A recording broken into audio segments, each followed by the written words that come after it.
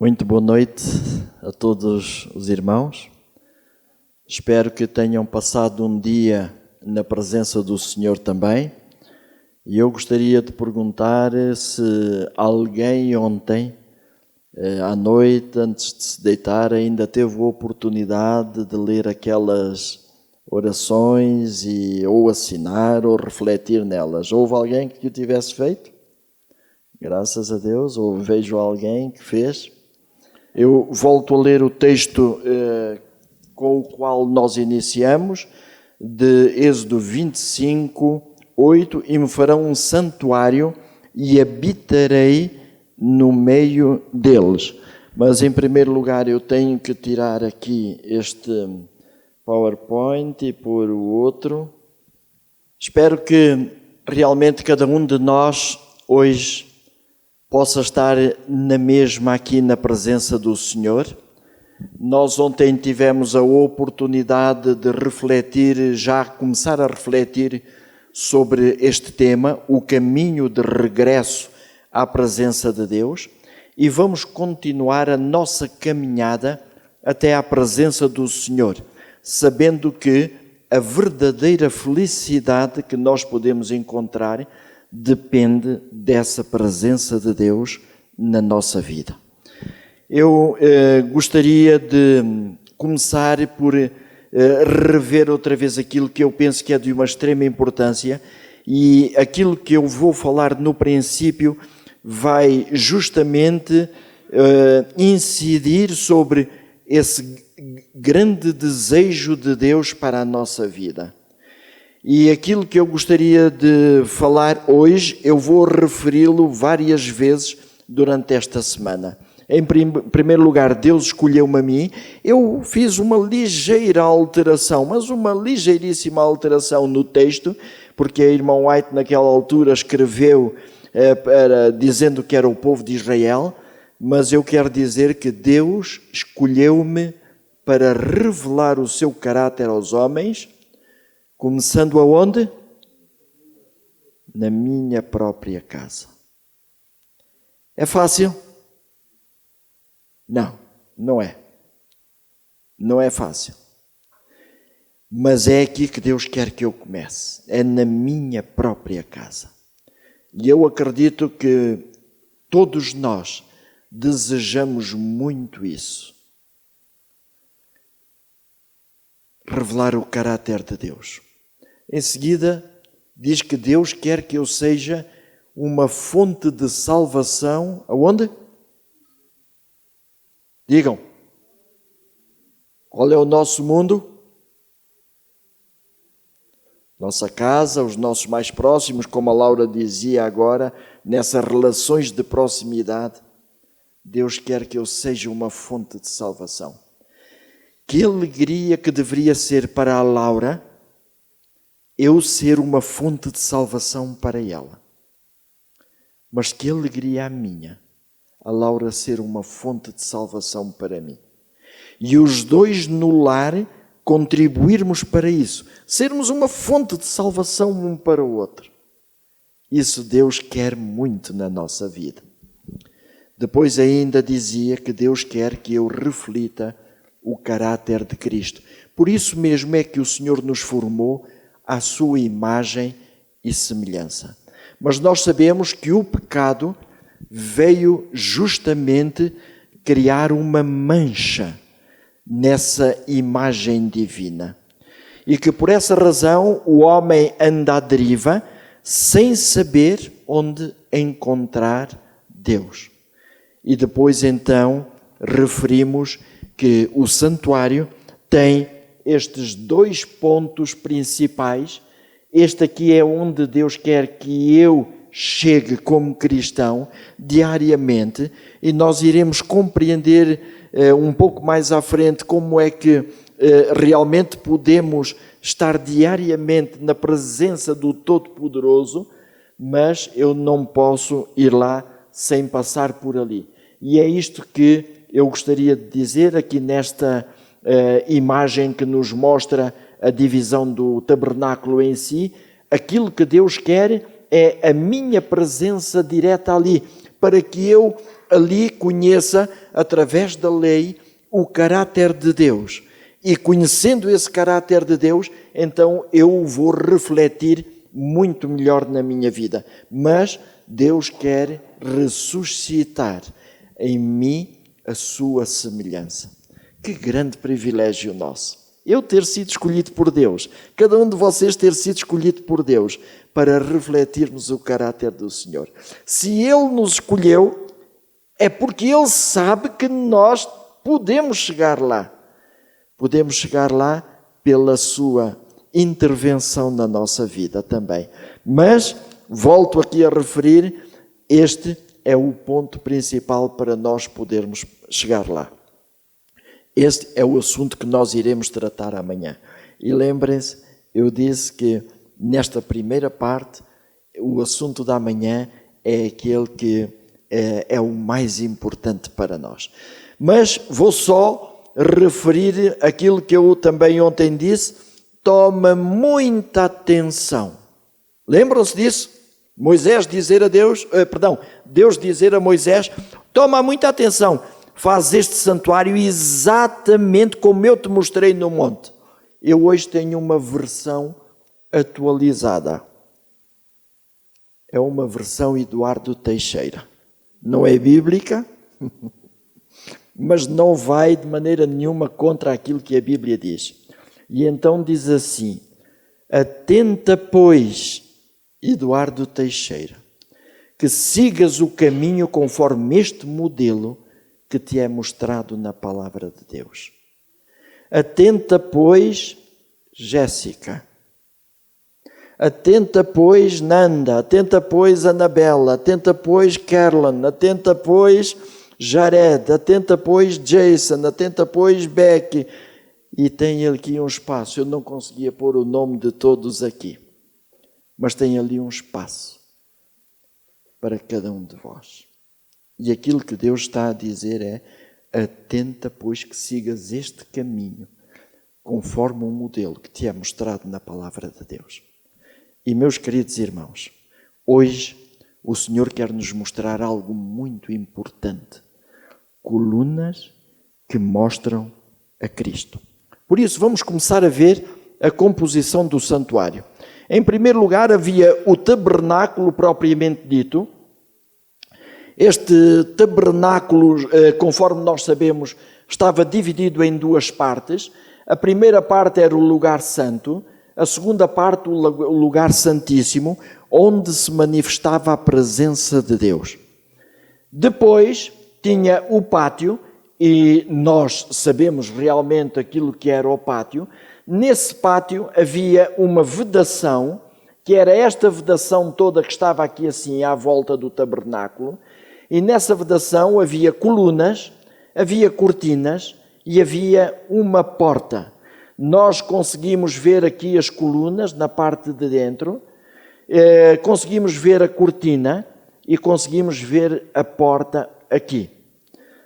E aquilo que Deus faz, tudo tem o seu significado.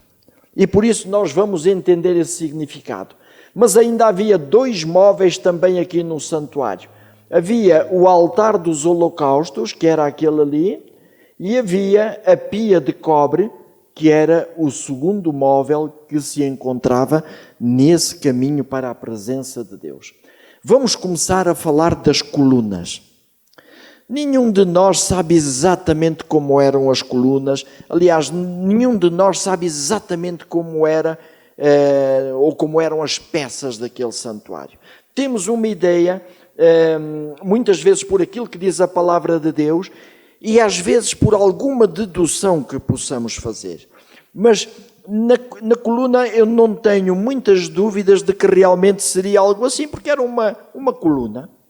Não tinha grande questão aí, era apenas uma coluna. E esta coluna era constituída por uma base de cobre, depois havia a coluna de madeira propriamente dita, e depois havia o capitel de prata. Nós iremos falar nestas três coisas aqui, porque este é um dos aspectos tremendamente importantes do santuário. Vamos falar, em primeiro lugar, na coluna de madeira. O que é que significa verdadeiramente a coluna de madeira? Aquilo que o livro do Apocalipse, e é o próprio Jesus Cristo que revela isso, Jesus vai dizer: ao que vencer, eu o farei coluna no templo do meu Deus, e dele nunca sairá, e escreverei sobre ele o nome do meu Deus. Então, estas colunas representam o ser humano. Representam aqueles que foram escolhidos por Deus, que somos nós e que são muitos outros, porque volto a recordar aquilo que o pastor ontem dizia, aquele versículo da Bíblia que o pastor ontem referia na escola sabatina, que Deus não quer que nenhum homem se perca, antes pelo contrário, quer que venham ao conhecimento da salvação. Por isso todos nós somos escolhidos, uns numa fase mais precoce, outros numa fase mais adiantada, mas todos nós somos escolhidos por Deus. É como aquela parábola dos trabalhadores da vinha. Uns conseguiram emprego logo de manhã, outros só mais à tarde, outros só no final do dia mesmo. Mas a verdade é que todos receberam a mesma recompensa. E aquilo que se passa é que Deus nos chama a nós. E Deus quer que sejamos colunas no seu templo. Para ser uma coluna no templo de Deus, segundo aquilo que nos diz aqui o próprio Jesus, temos de sair vencedores. Mas a vitória é tão simples. Acreditem nisso. A vitória é tão simples. Só não tem a vitória quem não o quiser. E amanhã vão compreender isto ainda muito melhor. Mas existem alguns aspectos nesta coluna, e eu ainda não vou falar sobre a base de cobre, mas existem alguns aspectos nesta coluna que eu quero referir. Em primeiro lugar, a coluna era de madeira, mas em relação aos outros móveis do santuário, Deus vai dizer, e era feito de madeira de acácia. Deus mostrava qual era o tipo de madeira de que devia ser construído o móvel. Um dia tive um privilégio tremendo ao fazer este seminário numa igreja, na igreja de Espinho, em Portugal. Havia ali um irmão que era um empresário que lidava com madeiras. E quando eu falei nisto, no dia seguinte ele trouxe-me um pedaço de madeira de acácia. Aquela madeira de acácia é uma madeira que tem um alto brilho, sem se fazer mais nada. Ela é brilhante mesmo, e depois tem uma particularidade muito interessante. Exala um perfume que o bicho não entra nela. Interessante. E essa madeira da acácia era aquela que Deus mandou usar do santuário, na própria arca, em todos os móveis do santuário, apenas naqueles em que não levavam madeira nenhuma, é que não havia, mas nos outros móveis todos eram feitos em madeira de acácia. Algumas Bíblias dizem madeira de cetim, mas é a mesma coisa, é madeira de acácia. Mas em relação à coluna, não é especificada a madeira. E sabem porquê? Porque como a coluna representa o ser humano, qualquer tipo de madeira serve. Não importa se é rico, se é pobre, se é culto ou se é analfabeto, não importa se é de África ou da Europa ou da Ásia, não importa, nada disso importa. Todos nós podemos ser colunas no templo de Deus. Este é um grande Deus que nós temos. Mas havia aqui agora algumas particularidades que nós devemos entender bem. E eu já voltarei a falar outra vez nas colunas. Porque nas colunas nós temos muita coisa a aprender. Mas essa coluna tinha uma base de cobre. O que é que simboliza essa base? Essa base, o apóstolo Paulo, é ele que nos identifica. E ele diz, porque ninguém pode pôr outro fundamento além do que já está posto, o qual é Jesus Cristo. Então, o que é a base? é Cristo. A base é Cristo. Quer dizer que cada coluna devia estar assente em Jesus Cristo. Sabem uma coisa? Se fosse eu a fazer um modelo do santuário, eu aqui fazia algo diferente. Vocês vejam uma coisa. Onde é que o santuário estava assente? Este santuário do deserto. Era no chão, e como é que era o chão de uma maneira geral ali? Pedra, areia. Agora vejam, se eu tiver uma coluna assim, uma base deste tamanho,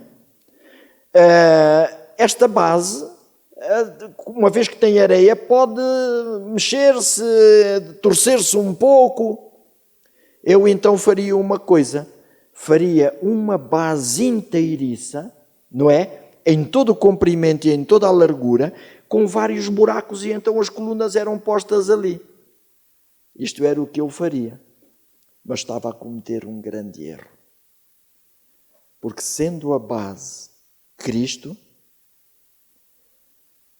não deve ser a igreja que deve estar firmada em Cristo, ou seja, o conjunto dos membros que deve estar firmado em Cristo. É cada um individualmente. Cada um. Cada um deve ter Cristo como a sua base. Porquê? Porque se eu confiar que é a igreja, esta é a igreja de Deus, é a igreja verdadeira,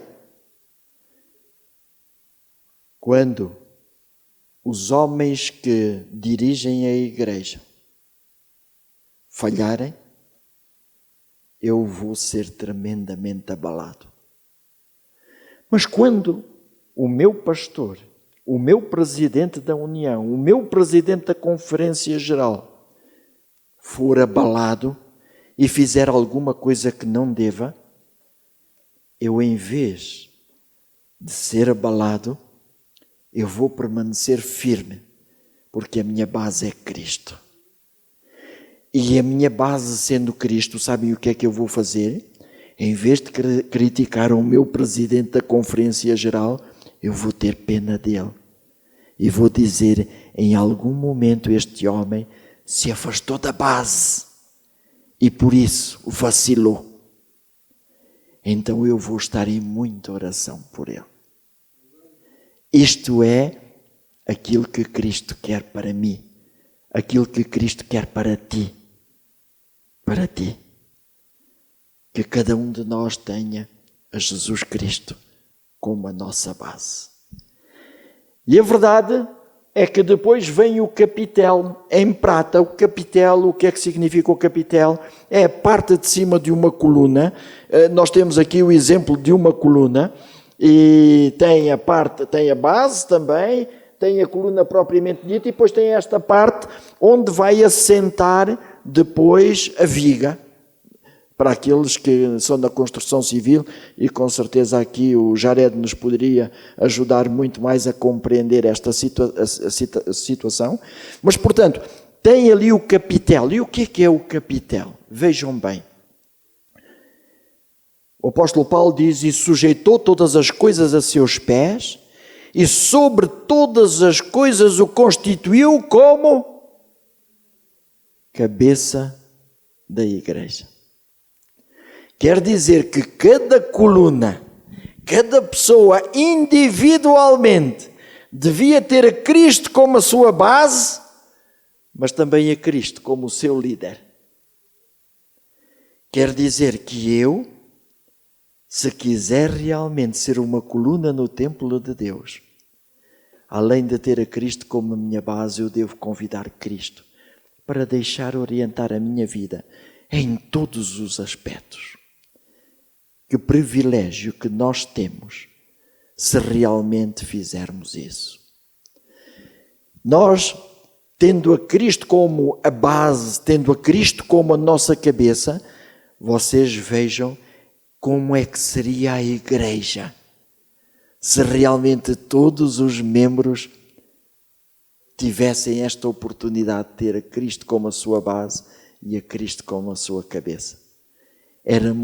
Seríamos uma igreja que realmente iria atrair todo o mundo, todo o mundo. Nem era preciso nós falarmos.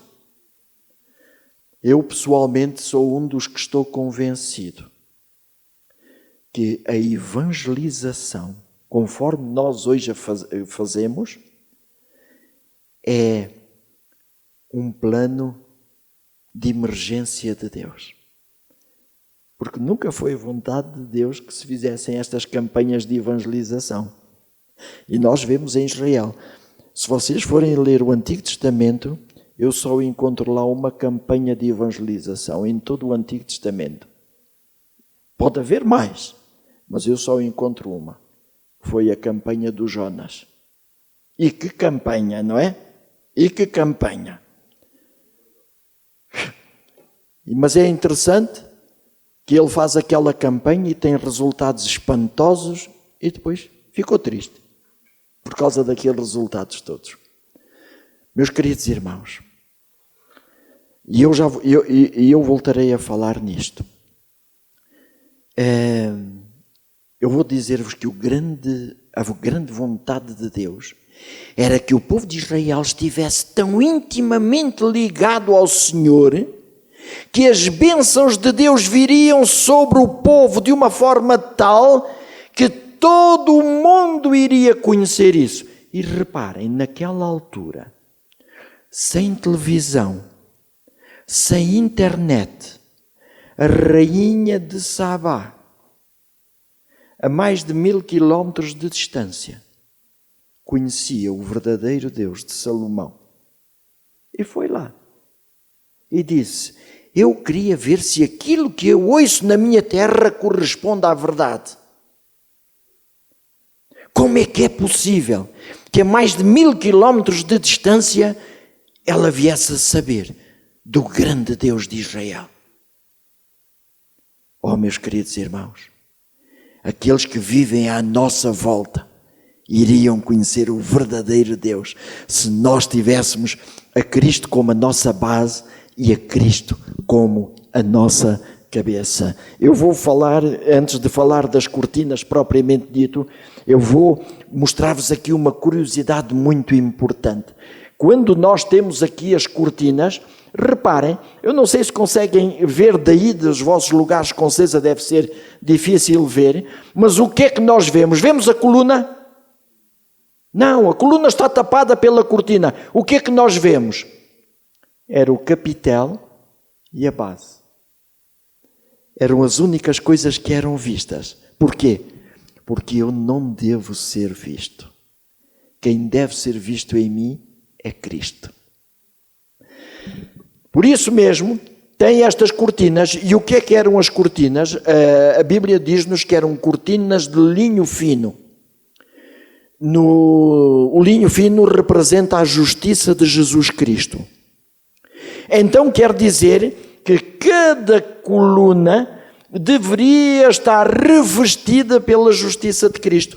Quer dizer que o que importa não sou eu, não é o dirigente da igreja, não é o presidente, seja da Conferência Geral ou de qualquer divisão. Não. Quem importa é Cristo. E Cristo deve ser visto na nossa vida. Nós só estaremos aqui apenas por uma questão de organização, nada mais do que isso. Nenhum de nós é importante. O importante é Jesus Cristo. E Ele é que deve ser visto por nós. E agora, reparem numa curiosidade. Aquelas cortinas, aquelas colunas, eu não sei se vocês repararam há momentos, além de ter o capitel e a base, tinha também umas argolas em diferentes partes da coluna. Para que serviam essas argolas? Era justamente para ligar depois a cortina, para que a cortina ficasse amarrada ali naquelas argolas. Quer dizer que as colunas estavam todas ligadas umas às outras por aquela cortina. Isto significa que nós temos que nos apoiar uns aos outros, mas só iremos verdadeiramente saber apoiar uns aos outros se for por intermédio de Cristo.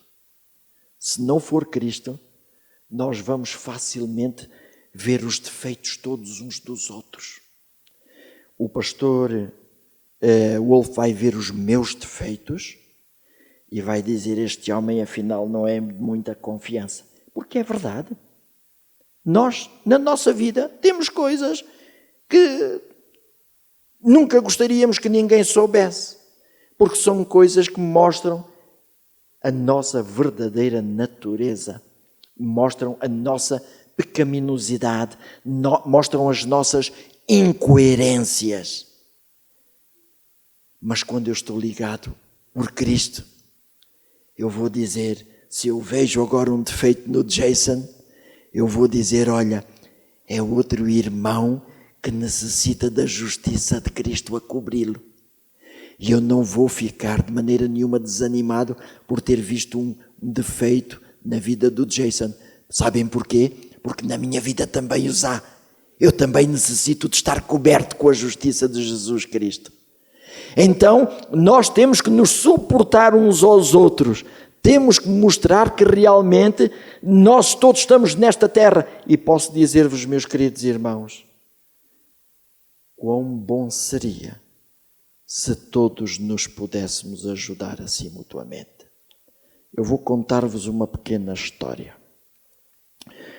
Um dia eu fui fazer, pediram-me para ir fazer este tema no nosso colégio em Portugal, Colégio de Oliveira do Douro. E eu estava já a viver em Lisboa nessa altura, e quando fui para lá, eu dormia mesmo lá no internato do colégio. E durante a manhã eu apresentava os temas aos alunos, apresentava a diferentes faixas etárias, primeiro aos da classe do primeiro ciclo, ou a primária, a antiga, depois aos do segundo ciclo e depois então aos do terceiro ciclo. Isso durante a manhã. Depois, à tarde,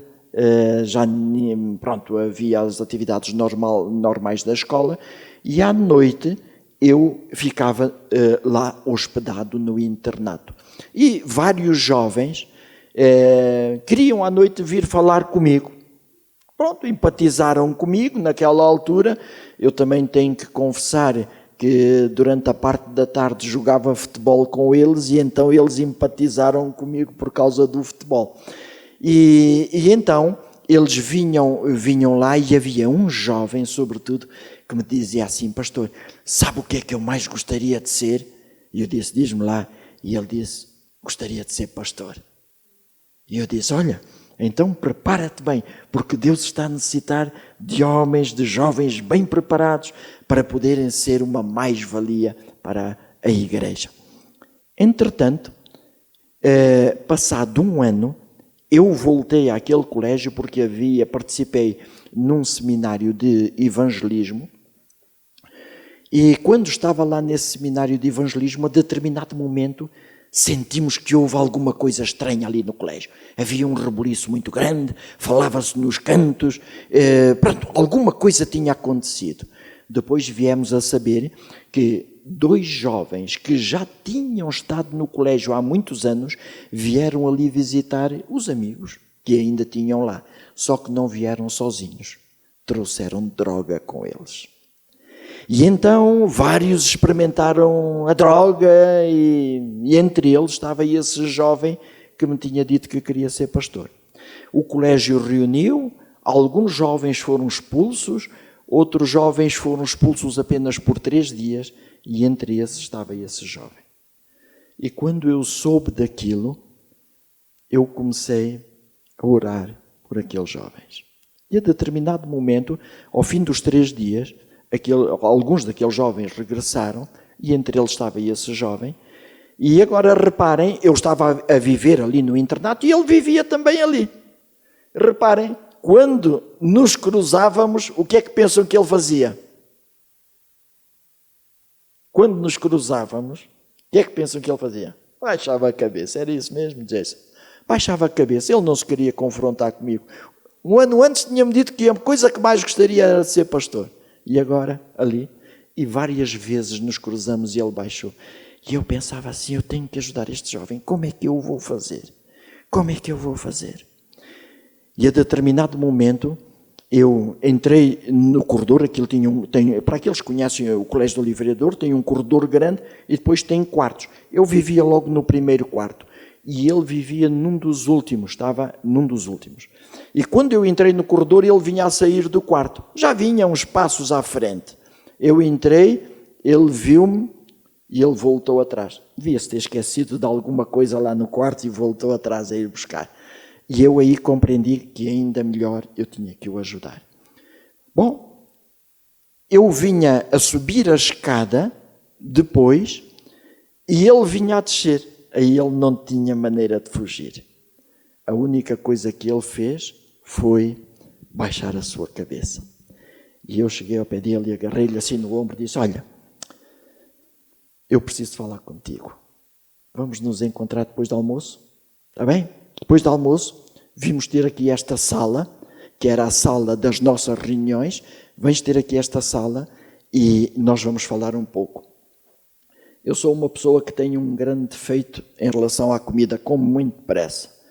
A minha mulher já casca na cabeça por causa disso, mas é verdade, é um defeito que eu tenho e que não consigo corrigir, pelo menos até agora. Mas ele ainda almoçou mais depressa do que eu. E quando eu subi para ir para a sala, ele estava, vamos imaginar que era esta sala, ele estava aqui no canto mesmo. Eu abri a porta lá, ao abrir aquela porta fazia sempre um ruído. E quando eu abri aquela porta, fez aquele ruído todo, mas aquele jovem não baixou a cabeça, não levantou a cabeça, continuou com a cabeça baixa. E eu fui, sentei-me ao lado dele e disse-lhe assim: olha, eu soube de tudo o que se passou e quero dizer-te uma coisa, eu não perdi a confiança em ti. Acredito que tu ainda poderás vir a ser um grande homem de Deus. Olha, eu tenho orado muito por ti estes dias e sei que Jesus está à tua espera. E quando eu lhe disse isso, sabem o que é que aconteceu? Aquele jovem começou a levantar a cabeça e ele não aguentou mais. Ele abraçou-se a mim e disse: até agora ninguém me tinha dito isso. Todos me diziam: tu és um desgraçado, tu não vais ser nada na vida, tu assim, tu assado. Claro que estas coisas só acontecem em Portugal, só lá é que dizem destas coisas aos filhos e aos jovens, não é? E eu disse: não, mas não, olha, acredita que não. Jesus Cristo está à tua espera. Eu tenho pedido muito por ti e sei que Ele te quer receber. Ele quer te perdoar. Vai ter com Ele. Confessa-lhe o teu erro e pede-lhe perdão. Meus queridos irmãos, quando nós somos estas colunas, que conhecemos os nossos defeitos, conhecemos que também nós temos que estar cobertos com a justiça de Cristo, em vez de eu criticar os outros, eu vou ser um apoio para os outros quando eles necessitam. É uma das lições extraordinárias que nós temos que aprender destas colunas aqui. E estas colunas realmente significam a justiça de Jesus Cristo, que nos cobra a todos. Há até quem diga, é aquilo que eu dizia há momentos, nós não temos certezas nenhumas de como é que exatamente era o santuário, mas existem inclusivamente alguns teólogos judeus que eles dizem que possivelmente havia uma segunda cortina, que as colunas também não se viam da parte de dentro, o interior também não se via, mas nós não podemos ter certeza disso. Mas aqui assim nas portas, aqui havia 4 colunas.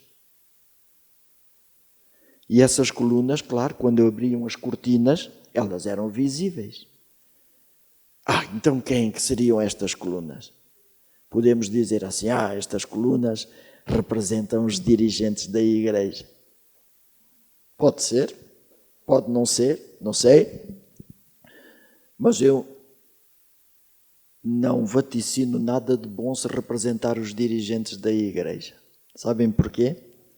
É porque estas colunas estavam totalmente cobertas, a madeira mesmo, estava totalmente coberta de bronze. O que é que quer dizer o bronze? Já vimos há momentos que é um símbolo de Cristo, na base que era feita de bronze. Quando nós vamos aos livros de Ezequiel, Daniel, Apocalipse, quando os profetas têm a visão e viram Jesus Cristo, diz que os seus pés eram semelhantes ao latão reluzente, ao bronze reluzente. Este bronze significa Jesus Cristo. Então, se realmente mostra que devem ser os dirigentes, esses ainda mais não devem ser vistos. Quem deve ser visto na sua vida é Cristo. Devem ser os mais humildes. E quando eu falo em dirigentes, eu não estou a dizer apenas os pastores, mas eu estou a dizer os anciãos de igreja, estou a dizer os diretores de escola sabatina, estou a dizer os diáconos, estou a dizer todos. Na igreja, aqueles que têm a responsabilidade de conduzir a igreja, deveriam ser os mais humildes e sentirem que realmente eles estão aqui não porque merecem, não porque merecemos, mas porque Jesus Cristo nos cobre com a sua justiça. Que coisa extraordinária que Deus nos quer mostrar aqui. Depois então vinha a porta, que era a porta, tornou, pois, Jesus a dizer-lhes: eu sou a porta. Se alguém entrar por mim, salvar-se-á, e entrará e sairá e achará pastagens. Um dia alguém foi visitar Israel e quis ir ver justamente como é que os pastores guardavam os seus rebanhos, para que ele tivesse uma ideia mais ou menos daquilo que aconteceu na altura do nascimento de Cristo. E então, determinados pastores estavam a pastorear o gado durante o dia e à noite então tinham preparado um pequeno redil e guardavam as suas ovelhas ali. Mas aquele homem ficou muito admirado, porque eles punham as ovelhas todas lá dentro, mas não havia porta daquele redil. E aquele homem disse: então, mas escutem uma coisa, não havendo porta, as ovelhas podem sair, ou então o predador, o animal que as quer comer, entra facilmente, não há porta. E aqueles pastores começaram-se a rir. Não. Sabe o que é? É que quando nós nos vamos deitar, deitamo-nos aqui. Nós é que somos a porta. Se uma ovelha quiser sair, tem que passar por cima de nós. Se um animal feroz quiser entrar, tem que passar por cima de nós. E nós estaremos alerta. Cristo é a porta. Se nós permitirmos que Jesus Cristo seja a porta, podemos ter a certeza que ainda que o inimigo queira entrar, ele terá que passar por cima de Jesus Cristo. E ele não consegue fazer uma coisa dessas, porque ele treme com a presença de Jesus. Por isso, nós deveríamos estar muito satisfeitos por ter a porta. É verdade, Cristo é o único acesso à presença de Deus. Reparem que só havia uma porta. Sabem que aqui estavam 3 tribos deste lado, estavam 3 tribos aqui deste lado, outras 3 deste, outras 3 daquele. Vamos supor que aqueles que estavam na parte oeste diziam assim: então, mas porquê que a porta tem que estar deste lado? Nós temos que dar a volta toda para podermos entrar no santuário. Nós também queremos uma porta aqui. E eles teriam razão, com certeza. E depois também os daqui deste lado iriam querer uma porta e outros ali. Mas a verdade é que só existe uma porta para podermos chegar à presença de Deus. E essa porta é Cristo. Não existe uma outra porta. Cristo, efetivamente, é o único acesso à presença de Deus. Se não for através de Cristo, irmãos, acreditem, nós podemos pensar que estamos na presença de Deus. Vejam bem o que eu estou a dizer. Podemos pensar que estamos na presença de Deus, mas não estamos. Não estamos.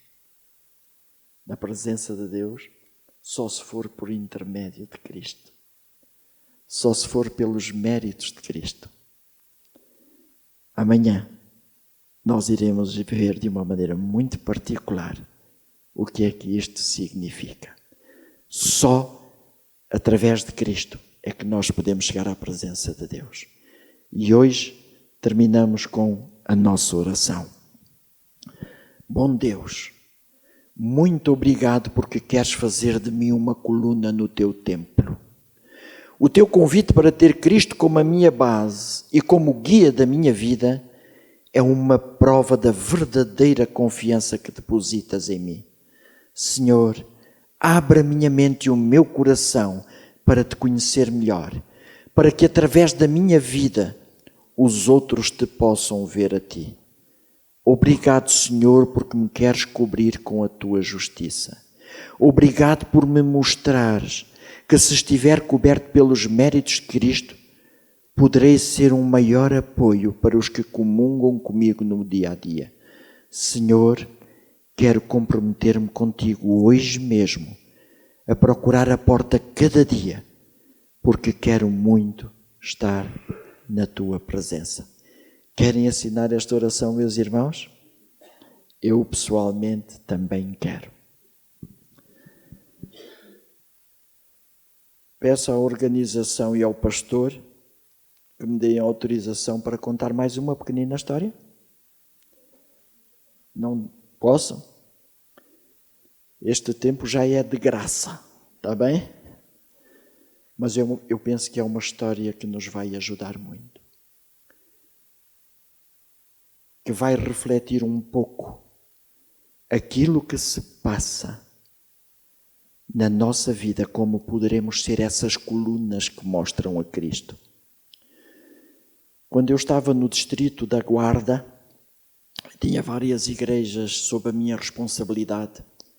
E sempre que eu saía da igreja principal, que era a igreja, perdão, não era da Guarda, de Braga. Sempre que eu saía da igreja principal, que era de Braga, ia às outras igrejas, quando eu chegava, os irmãos estavam de rastos e faziam queixas de um determinado irmão que fazia a vida negra. Era um irmão que tinha um temperamento muito forte, que lia muito da palavra de Deus, é verdade, lia muito a palavra de Deus. Eu não via ninguém que tivesse a sua escola sabatina, o trimensário mais sublinhado do que ele, só que ele deturpava muitas coisas. E ele causava grande confusão na igreja quando eu não estava presente. Até que em determinada altura esse irmão já tinha nessa altura tinha 63 anos de idade. Eu ainda era mais jovem, eu devia ter os meus 40 anos, um pouco mais ou menos nessa altura. E naquele sábado, aqueles irmãos disseram: pastor, isto hoje ultrapassou todos os limites. E o pastor tem mesmo que falar com ele. E eu disse àqueles irmãos, aos anciãos: meus irmãos, não sou eu que tenho que falar com ele. Este não é um problema meu, é um problema nosso. Então vamos fazer uma coisa. Vamos orar durante 15 dias, de uma forma intensa. Já é a segunda vez que eu vos conto alguma coisa com orar 15 dias, não é? E vou-vos contar mais, porque isto é importante, mas depois vou-vos explicar o porquê. E digo assim: vamos todos orar 15 dias, de uma forma intensa por este irmão. Ao fim dos 15 dias eu vou falar com ele. E no final dos 15 dias eu fui falar com ele. Aliás, no sábado, disse-lhe a ele: olha, irmão, eu preciso muito de falar com o irmão. E ele tinha uma grande consideração por mim. E tinha um grande respeito. Quando eu estava na igreja, ele não fazia nada. Mas ele disse: está bem, pastor, então e quando é que pode ser? Eu disse: olha, irmão, poderá ser na terça-feira? Sim, na terça-feira. Então combinamos na terça-feira. Eu estava na igreja e ele apareceu também. E eu disse-lhe: irmão, sabe que eu tenho estado a orar muito, muito pelo irmão. O irmão podia ser o meu braço direito aqui nesta igreja. Eu tenho visto o seu trimensário. E vejo que o seu trimensário está bem sublinhado.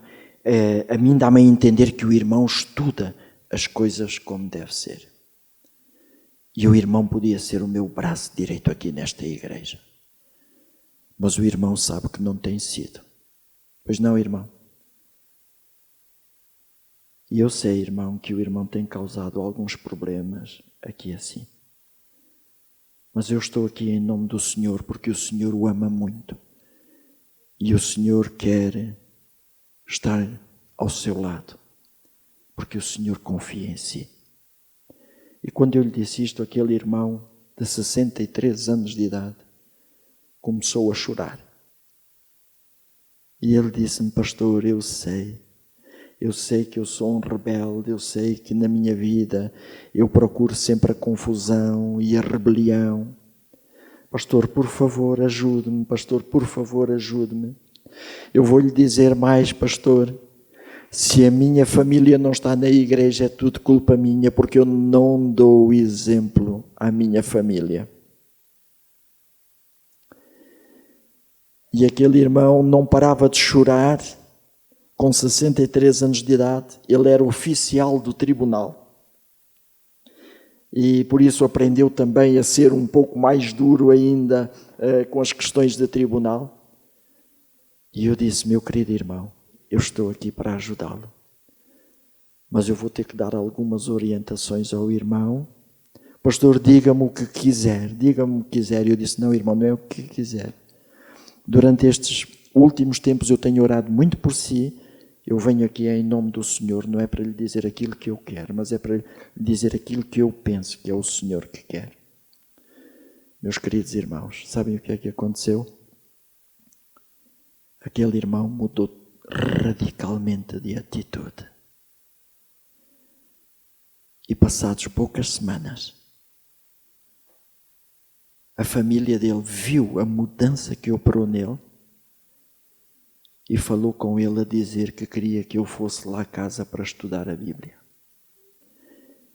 E eu estudei a Bíblia com a esposa e com os 2 filhos. Colunas que mostram a Cristo.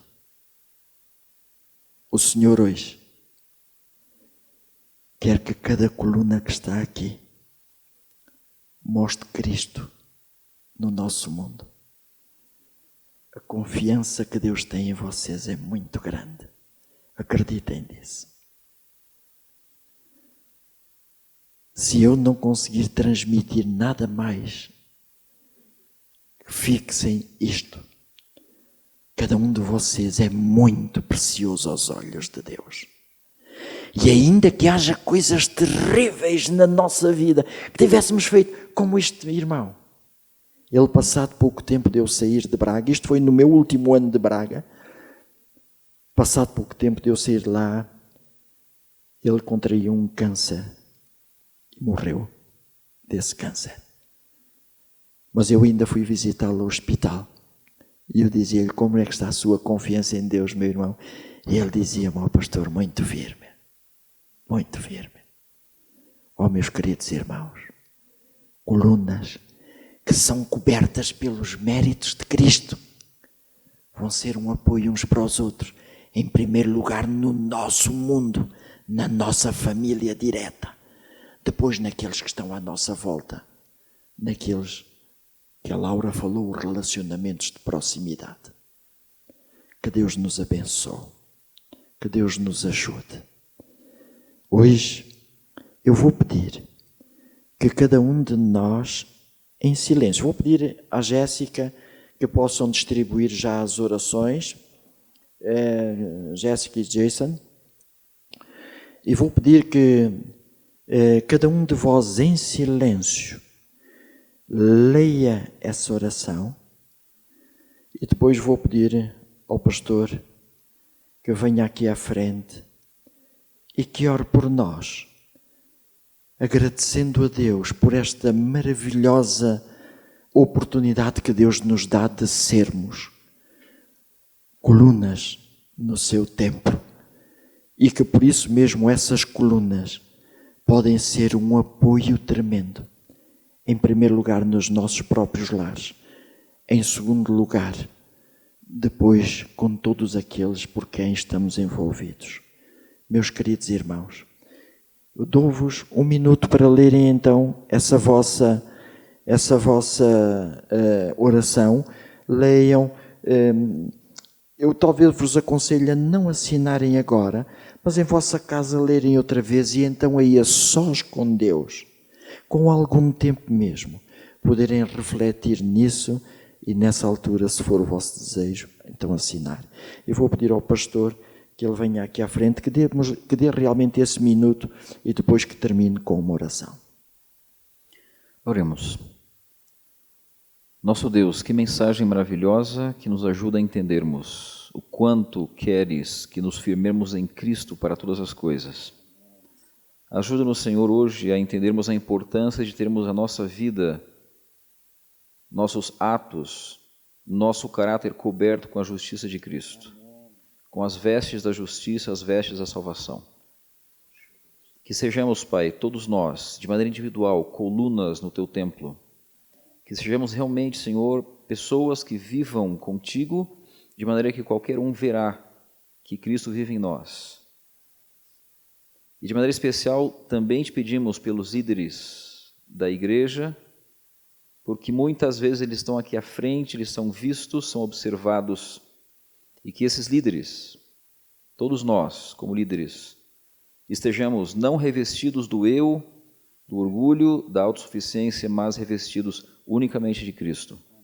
Obrigado, Pai, por essa mensagem, por essa certeza de que queres nos transformar. E se há alguém aqui hoje, Senhor, que percebe a necessidade de uma grande mudança, Pai, opera essa mudança na vida dessa pessoa. Obrigado uma vez mais por estarmos aqui e permanece, Senhor, conosco, em nome de Jesus. Amém.